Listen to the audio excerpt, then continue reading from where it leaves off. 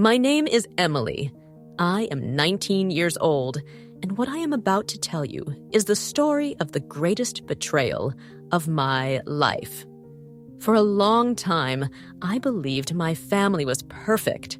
A loving father, a caring mother, and a boyfriend I was madly in love with. But it was all a lie. Here's how I discovered the unthinkable. Behind the elegant facades of upscale suburbs sometimes hide the most unmentionable secrets. My mother, Helen, led a life that many envied. An immaculate house in an affluent neighborhood of New York. A husband, Richard, respectable and well-established. And me, her only daughter, brilliant and full of promise. But behind this perfect image lay a dangerous temptation, a forbidden desire that would shake our existence. I was in a relationship with Jake, a charismatic and handsome young man who, from our first meeting, had charmed my entire family. He was attentive, respectful, and yet something in his gaze seemed to trouble my mother. It wasn't just his attractive physique or his disarming confidence, but an underlying tension, a silent chemistry that, despite myself, created an unsettling feeling. It all started with glances held for too long, furtive smiles exchanged, barely perceptible shivers when they accidentally brushed past each other in the kitchen. I didn't notice at first. After all, why would I have doubted? But the forbidden, once it imposes itself, becomes an insidious obsession. One evening, while my father was away on a business trip and I was out with friends, Jake came by under the pretense of retrieving a book he had forgotten. My mother, alone and vulnerable, felt the tension between them reach a breaking point. An innocuous conversation, an exchange of looks too intense, and the dam broke. The first kiss was like fireworks, a mix of adrenaline and guilt that consumed them in a fraction of a second. What could have been just a mistake stretched into a clandestine affair? Each stolen moment was pure excitement, a challenge to the moral boundaries they knew they should never cross.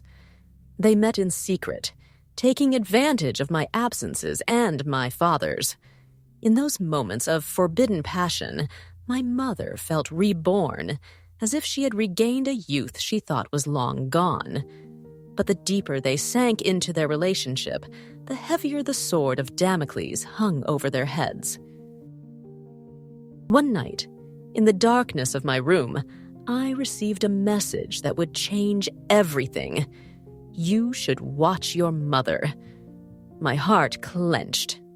At first, I thought it was a bad joke, but as I observed, listened, and smelled that unfamiliar perfume on Jake's shirt, doubt crept into my mind. Until the day I caught them. Under the pouring rain, my mother had thrown herself into his arms. My world collapsed in an instant. That fateful evening, I said nothing. I prepared dinner, poured wine for my mother, and waited. "So, Mom, don't you have something to tell us?" I asked, a bitter smile on my lips. The silence was deafening. Then chaos erupted. What I felt that day, I could never put into words. Everything I believed in had crumbled. My father, destroyed. Me, betrayed. Jake, cowardly and silent. And my mother, she lost everything she had thought was unshakable. Her marriage, my trust, her stability. My mother tried to speak, but her lips trembled. My father slowly stepped forward, his gaze filled with a mix of rage and sorrow. "Why, Helen?" His voice was broken. "Why did you do this to us?" She lowered her head, searching for words that did not exist. I'm sorry, but it was too late. Nothing could repair what she had destroyed. Jake took a step back, realizing he was unwanted. "Emily, I'm sorry." His hollow apology only fueled my rage. "Get out." My voice was cold, sharp. He obeyed without a word. My father grabbed his coat and left the house without looking back. "Dad!" But he didn't respond. My mother collapsed onto a chair, sobbing in silence. As for me, I went up to my room, slamming the door behind me. A dull pain settled in my chest. How could I go on after such a betrayal? In the days that followed, the silence was heavy. My mother tried to mend things, but it was futile.